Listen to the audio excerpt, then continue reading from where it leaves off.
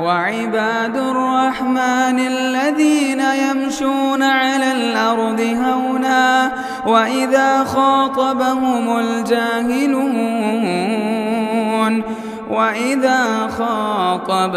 الجاهلون قالوا سلاما. السلام علیکم ورحمۃ اللہ وبرکاتہ. الحمد للہ رب العالمین والصلاة والسلام علی سید الانبیاء والمرسلین اما بعد. اللہم صل علی محمد وعلی آل محمد کما صلیت علی ابراہیم وعلی آل ابراہیم انک حمید مجید. اللہم بارک علی محمد وعلی آل محمد کما بارکت علی ابراہیم وعلی آل ابراہیم انک حمید مجید. محترم سامعین کرام، کل آپ کے سامنے ہم نے نبی صلی اللہ علیہ وسلم کے ہجرت کر کے مدینہ آ جانے کے بعد کون کون سے مسائل اللہ کے نبی صلی اللہ علیہ وسلم کے سامنے کھڑے تھے اور کن کن مسائل کو نبی صلی اللہ علیہ وسلم کو فیس کرنا تھا، اور ان تمام چیزوں کو دور کرنے اور ان تمام چیزوں کو ختم کرنے کے بعد ایک نئے اسلامک سوسائٹی کی تشکیل اور ایک معاشرے کو بنانا تھا. اس کے لیے ایک بہت دنوں کی ضرورت، ایک مدت کی ضرورت، اور اس کے ساتھ ساتھ اللہ رب العالمین کے فرمان اور احکام کے آنے کا انتظار اور نبی صلی اللہ علیہ وسلم کا لوگوں میں فٹ کرنا ان احکام کو اور ان باتوں کو، اور اس کے ساتھ ساتھ لوگوں کو ان باتوں کی طرف رغبت دلانا اور ان باتوں کو منوانا. یہ ساری ذمہ داریاں تھیں اور یہ سارے مسائل تھے. بہرحال اللہ کے نبی صلی اللہ علیہ وسلم جب مدینہ پہنچے تو آپ صلی اللہ علیہ وسلم نے بیٹھنے یا کسی اور حکمت یا کسی اور باتوں کو بہانہ بنا کر کے آپ نے کسی چیز کے انتظار کیے بغیر سب سے پہلے مسجد کی تعمیر شروع کی. مسجد نبوی، جہاں پر نبی صلی اللہ علیہ وسلم کی اونٹنی بیٹھی تھی، اسی جگہ اللہ کے نبی صلی اللہ علیہ وسلم مسجد کی تعمیر شروع کر دی. اور اس مسجد کی تعمیر کے لیے نبی صلی اللہ علیہ وسلم نے خود سے شروعات کی اور بنفس نفیس نبی صلی اللہ علیہ وسلم اس مسجد کی تعمیر میں ہاتھ بٹاتے گئے. ایک نقطہ سمجھ لیجئے کہ اللہ کے نبی صلی اللہ علیہ وسلم جو لوگوں میں سب سے محبوب اور ایک عظیم شخصیت ہیں، اگر ایسے لیڈر اور ایسے قائد اگر کسی کام کی شروعات کرے اور اس کام میں خود ہاتھ بٹائے، یہ ہمارے لیے سنت بن جاتی ہے کہ ہم بھی جب بھی کسی کام کی شروعات کریں یا یہ چاہیں کہ ہم خدمت خلق کے لیے کوئی کام کرنا چاہیں، لوگوں کے بھلائی کے لیے کوئی کام کرنا چاہیں، کوئی اہم کام کوئی اہم بیڑا ہم اٹھائے ہوئے ہیں، تو اس میں اپنے آپ کو لگ جانا اور اس کام میں اپنے آپ کو شامل کرنے میں کوئی شرم اور حیا ہمیں اور آپ کو محسوس نہیں ہونا چاہیے، بلکہ ہمیں اور آپ کو اس میں مل جل کر کے اس کام کو آگے بڑھانا چاہیے. بہرحال اللہ کے نبی صلی اللہ علیہ وسلم مسجد نبوی کو تعمیر کر رہے تھے اور سب کو اللہ کے نبی صلی اللہ علیہ وسلم اشعار پڑھ کر کے ابھار رہے تھے. صحابہ کرام بھی کہتے تھے کہ اللہ کے نبی صلی اللہ علیہ وسلم کام کریں، خود آپ صلی اللہ علیہ وسلم اینٹیں اٹھائیں اور ہم لوگ اس طرح سے آرام کریں، یہ ہمارے لیے کبھی بھی زیب نہیں دیتا. اللہ کے نبی صلی اللہ علیہ وسلم مسجد نبوی کی تعمیر کر رہے تھے، اور جس جگہ مسجد نبوی کی تعمیر کر رہے تھے وہاں پر مشرکین کی کچھ قبریں تھیں اور اسی طرح سے درخت تھے. آپ صلی اللہ علیہ وسلم نے ان درختوں کو کاٹ کر کے اور اسی طرح سے مشرکین کی قبروں کو وہاں سے اکھڑوا دیے، اور اس طرح نبی صلی اللہ علیہ وسلم مسجد نبوی کی تعمیر کر رہے تھے. اور جو بھی اونچ نیچ زمین تھی اس کو برابر کر کے نبی صلی اللہ علیہ وسلم نے مسجد نبوی کی تعمیر کی. اور اس کے ساتھ ساتھ نبی صلی اللہ علیہ وسلم نے مسجد نبوی کے بغل میں کچھ مکانات تعمیر کرائے جس میں آپ صلی اللہ علیہ وسلم اور آپ کے ازواج مطہرات آ کر کے وہاں بسنے لگی اور رہنے لگی. اللہ کے نبی صلی اللہ علیہ وسلم نے یہ جو مسجد کی تعمیر کی،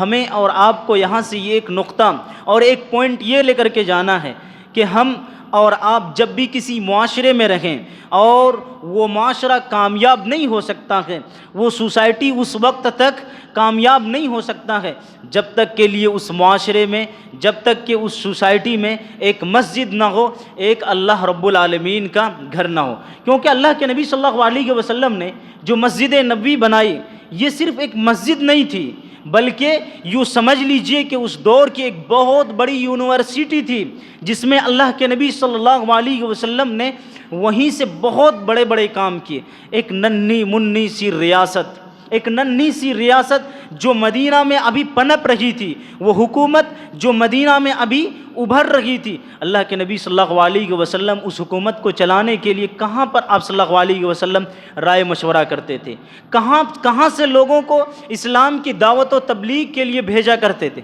وہی مسجد نبوی تھی۔ اور اس کے ساتھ ساتھ یہی وہ مسجد نبوی ہے جہاں پر مہاجرین اور وہ لوگ آ کر کے غربا اور مساکین رہا کرتے تھے جن کا کچھ نہیں تھا، جن کے کچھ نہیں تھے، مال و دولت اور زمین اور مکانات کچھ نہیں تھے، وہ لوگ وہاں رہا کرتے تھے اور اللہ کے نبی صلی اللہ علیہ وسلم سے فائدہ اٹھایا کرتے تھے۔ تو اس بڑے کام کے ساتھ ساتھ جہاں پر اللہ کے نبی صلی اللہ علیہ وسلم نے مسجد نبوی کی تعمیر کی، وہیں پر اللہ کے نبی صلی اللہ علیہ وسلم نے ایک بہت بڑا کارنامہ انجام دیا، اور وہ یہ کہ انصار اور مہاجرین کے درمیان اللہ کے نبی صلی اللہ علیہ وسلم نے بھائی چارہ قائم کیے، جس کو مواخات کے نام سے جانے جاتے ہیں۔ اللہ کے نبی صلی اللہ علیہ وسلم جب اس مواخات کو قائم کر رہے تھے، بھائی چارہ کو قائم کر رہے تھے مہاجرین اور انصار کے درمیان میں، اس وقت 90 لوگ تھے اور آدھے مہاجرین اور آدھے انصار تھے۔ اللہ کے نبی صلی اللہ علیہ وسلم نے یہاں تک بھائی چارہ قائم کیے کہ اگر انصار کا کوئی شخص اس دنیا سے چلا جاتا ہے تو اس کے بعد ایک بھائی کی طرح، ایک سگے بھائی کی طرح ان کے مہاجر بھائی بھی ان کے زمین کے اور ان کے دولت کے وارث ہوں گے۔ جنگ بدر کے وقت یہ جو اللہ کے نبی صلی اللہ علیہ وسلم نے فرمان جاری کیے تھے، وہ پھر اللہ رب العالمین نے ختم کر دیے۔ باقی جو مواخات اور بھائی چارہ تھا وہ سب کے سب باقی تھے۔ اللہ کے نبی صلی اللہ علیہ وسلم نے اتنا جذبہ بھر دیے تھے صحابہ کرام کے درمیان میں ایک دوسرے سے بھائی چارگی کا۔ ایک مثال لے لیجئے صحیح بخاری سے، اللہ کے نبی صلی اللہ علیہ وسلم نے انصار اور مہاجرین میں سے جو 2 لوگوں کو بھائی بنائے تھے، ان میں سے ایک عبد الرحمن بن عوف اور ایک سعد بن ربیع رضی اللہ عنہ تھے۔ یہ دونوں آپس میں یہ بھائی چارہ تھے، انصار اور مہاجرین۔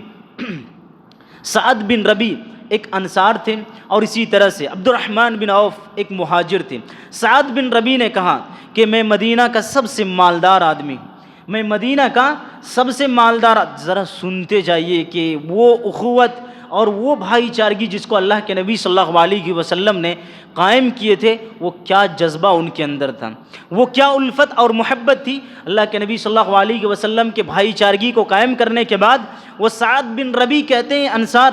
کہ اے عبد الرحمن بن عوف، میں مدینہ کا سب سے مالدار آدمی ہوں، میں مدینہ کا سب سے مالدار آدمی ہوں، اور میرے مال میں سے آدھا آپ کا حصہ ہے، میری 2 بیویاں ہیں، ان میں سے جو پسند آئے آپ پسند کر لیجئے، میں انہیں طلاق دیتا ہوں، اور اس کے بعد عدت ختم ہونے کے بعد آپ ان سے نکاح کر لیجئے۔ اللہ اکبر! یہ محبت کا جذبہ جو اللہ کے نبی صلی اللہ علیہ وسلم نے ایک دوسرے کے درمیان، کہاں مدینہ، کہاں مکہ کے رہنے والے اور کہاں مدینہ کے رہنے، کوئی رشتہ داری نہیں، کوئی رشتہ داری نہیں، صرف ایک اسلامی بھائی جو اللہ کے نبی صلی اللہ علیہ وسلم نے اسی اسلامی بھائی کے رشتے میں جوڑ دیے، اور اتنی بڑی قربانی دے رہے ہیں کہ آدھا حصہ، آدھا پراپرٹی میں آپ کا حصہ ہے اور آدھا میرا ہے۔ آپ، ہم اور آپ اپنے آپ میں آج وزن کر کے دیکھ لیجئے نا، تصور کر کے دیکھ لیجئے نا کہ بھائی بھائی میں، جائیداد میں کتنے زیادہ جھگڑے ہیں، کتنے زیادہ فسادات ہیں، یہاں تک کہ قتل تک کے لیے آدمی اپنے آپ کو لے آتا ہے اور ایک دوسرے کو قتل بھی کر دیتے ہیں، جان بھی لے لیتے ہیں۔ اس قدر دشمنی ہے، اس قدر فساد ہے، اس قدر اختلاف اور جھگڑے ہیں۔ اور ذرا تصور کیجئے کہ جہاں رشتے بھی نہیں، وہاں اللہ کے نبی صلی اللہ علیہ وسلم صرف اسلامی بھائی کیا بنا دیے کہ اپنے آدھے مال کا پورا حصہ انہیں دے دیے، آدھا حصہ انہیں قربان کر دیجئے۔ اللہ رب العالمین کی اس جماعت پر، صحابہ کرام مہاجرین اور انصار کی اس جذبہ اطاعت اور نبی صلی اللہ علیہ وسلم سے محبت اور آپسی بھائی چارگی پر قربان جائیے کہ کس قدر وہ ایک دوسرے سے محبت کرتے تھے اور اپنے آپ کو کس قدر بھائی مانا کرتے تھے۔ اسی طرح سے حضرت ابو ہریرہ رضی اللہ عنہ کہتے ہیں کہ انصار نبی صلی اللہ علیہ وسلم سے یہ ریکویسٹ کر رہے تھے، یہ گزارش کر رہے تھے کہ اللہ کے رسول، جو ہمارے کھجوروں کے باغات ہیں آدھا جو ہے اس میں سے مہاجرین کو دے دیجیے۔ اللہ کے نبی صلی اللہ علیہ وسلم نے کہا کہ نہیں، بس کریے، آپ نے بہت قربانی دے دی۔ اللہ کے نبی صلی اللہ علیہ وسلم نے کہا کہ نہیں، بس کریے، آپ لوگ کی جو باغات ہیں کھجوروں کے، آپ اس میں سے فائدہ اٹھائیے۔ پھر انصار نے کہا کہ نہیں، اپنے بھائی کو تو نہیں چھوڑیں گے۔ کہا کہ اچھا ایسا کر لیں گے کہ مہاجر بھائیوں کو ان باغات میں اپنے آپ کے لیے، ان باغات میں ان کے لیے مزدوری اور کام کرنے کے لیے رکھ لیتے ہیں، پھر ان سے جو نفع ہوگا مناسب ان کو دیں گے۔ یہ محبت اور یہ الفت جب اللہ کے نبی صلی اللہ علیہ وسلم نے انہیں بھائی بھائی بنا دیے، ایک کلمہ لا الہ الا اللہ کی بنیاد پر جب بھائی بنا دیے تو اتنی زیادہ محبت ان کے اندر قائم ہو گئی۔ اسی طرح سے اللہ کے نبی صلی اللہ علیہ وسلم نے ایک بہت بڑا کارنامہ جو انجام دیے وہ یہ کہ ایک ننھی ریاست نبی صلی اللہ علیہ وسلم نے اس مدینہ میں قائم کر دیے، اور بہت سارے عہد و پیمان نبی صلی اللہ علیہ وسلم نے لکھوائے جو انصار اور مہاجرین کے درمیان نبی صلی اللہ علیہ وسلم نے بٹھا کر کے انہیں سنائے۔ اور نبی صلی اللہ علیہ وسلم نے یہ جو عہد و پیمان کی باتیں انہیں لکھوائے، صرف لکھوانے پر نہیں، اللہ کے نبی صلی اللہ علیہ وسلم ان پر کام بھی کرتے تھے۔ صحابہ کرام کو یہ بتاتے تھے کہ ایسا کام کرو گے اللہ رب العالمین یہ فضیلت دیں گے، آخرت میں اللہ رب العالمین تمہارے لیے یہ تیار کر کے رکھیں گے۔ آج ہم اور آپ دیکھیں کہ بہت سارے لوگ اپنی دعوت کا ایک بہت بڑا مشن جو ہے یہ لے کر کے چلتے ہیں کہ چلیے حکومت اور خلافت کی دعوت دیتے ہیں۔ بھائی آپ تصور کر لیجئے نا، اللہ کے نبی صلی اللہ علیہ وسلم کے نبی بنائے جانے کے کتنے دن کے بعد مدینہ میں آئے، اور اس کے بعد کتنی مدت گزر گئی، کتنے سال گزر گئے، اس کے بعد اللہ کے نبی صلی اللہ علیہ وسلم حکومت کی بات کر رہے ہیں، اس کے بعد اللہ کے نبی صلی اللہ علیہ وسلم خلافت کی بات کر رہے ہیں۔ اللہ کے نبی صلی اللہ علیہ وسلم کو اگر خلافت چاہیے تھی پہلے ہی ٹائم میں تو مشرکین تو دے رہے تھے، مشرکین تو یہ کہہ رہے تھے کہ اگر آپ کو بادشاہ بننا کہ ہم بنا دیں گے، آپ کو اگر اس پورے مکہ پورے عرب کا سردار بننا ہے ہم بنا دیں گے۔ اگر اللہ کے نبی صلی اللہ علیہ وسلم اس مشن کو لے کر کے چلتے کہ چلیے خلافت قائم کر لیتے ہیں، اس کے بعد دعوت و تبلیغ کر لیں گے، تمام لوگوں میں اسلامی دعوت پھیلا دیں گے، تو پہلے اللہ کے نبی صلی اللہ علیہ وسلم راضی ہو جاتے، ٹھیک ہے ہم خلیفہ بن جاتے ہیں یا پھر ہم سردار بن جاتے ہیں، ہم بادشاہ بن جاتے ہیں، اس کے بعد اسلام کا کام کریں گے۔ نہیں، اللہ کے نبی صلی اللہ علیہ وسلم نے سب کچھ ٹھکرا دیے، نبی صلی اللہ علیہ وسلم نے سب کچھ ٹھکرا دیے۔ ایک اللہ کے نبی صلی اللہ علیہ وسلم کو جو حکم دیا گیا تھا کہ لا الہ الا اللہ کی دعوت دیجیے، جب ایک شخص یا بھی کسی بھی معاشرے میں جب آدمی کے درمیان اللہ رب العالمین ایک کلمہ پر جب جمع کر دیں گے نا، وہاں پر حکومت کیا، خلافت کیا، ایک اشارے پر لوگ آپ کے پیچھے دوڑیں گے، ایک ایک بات کو لوگ ماننے کے لیے تیار ہو جائیں گے۔ تو جب ایک اللہ رب العالمین کے کلمے پر جڑ جائیں گے لوگ، پھر خلافت قائم کرنے میں، حکومت قائم کرنے میں اور ریاست قائم کرنے میں کوئی زیادہ محنت اور مشقت اور کسی طرح کی کوئی مسئلے اور مسائل نہیں اٹھیں گے۔ تو اللہ کے نبی صلی اللہ علیہ وسلم نے بہت دنوں کے بعد جو ہے یہ ریاست قائم کیے اور خلافت نبی صلی اللہ علیہ وسلم نے لائے۔ تو تمام انبیاء جو آئیں وہ ایک اللہ رب العالمین کے توحید کی دعوت دے رہے تھے، ایک اللہ رب العالمین کی طرف بلا رہے تھے۔ آج بھی ہمارا مشن سب سے پہلے اگر ہم ان سے ملیں گے، غیر مسلموں سے ملاقات کریں گے تو سب سے پہلے، یا پھر ایسی جگہ میں جائیں گے تو سب سے پہلے ہمارا بھی کام ہونا چاہیے کہ ہم کلمہ لا الہ الا اللہ محمد الرسول اللہ کی دعوت دیں گے، اس کے بعد بقیہ کام ہم کریں گے۔ اللہ رب العالمین سے دعا ہے رب العزت ہم تمام لوگوں کو اسلام کے مطابق زندگی گزارنے کی توفیق نصیب فرمائے۔ آمین وآخر دعوانا الحمد للہ رب العالمین۔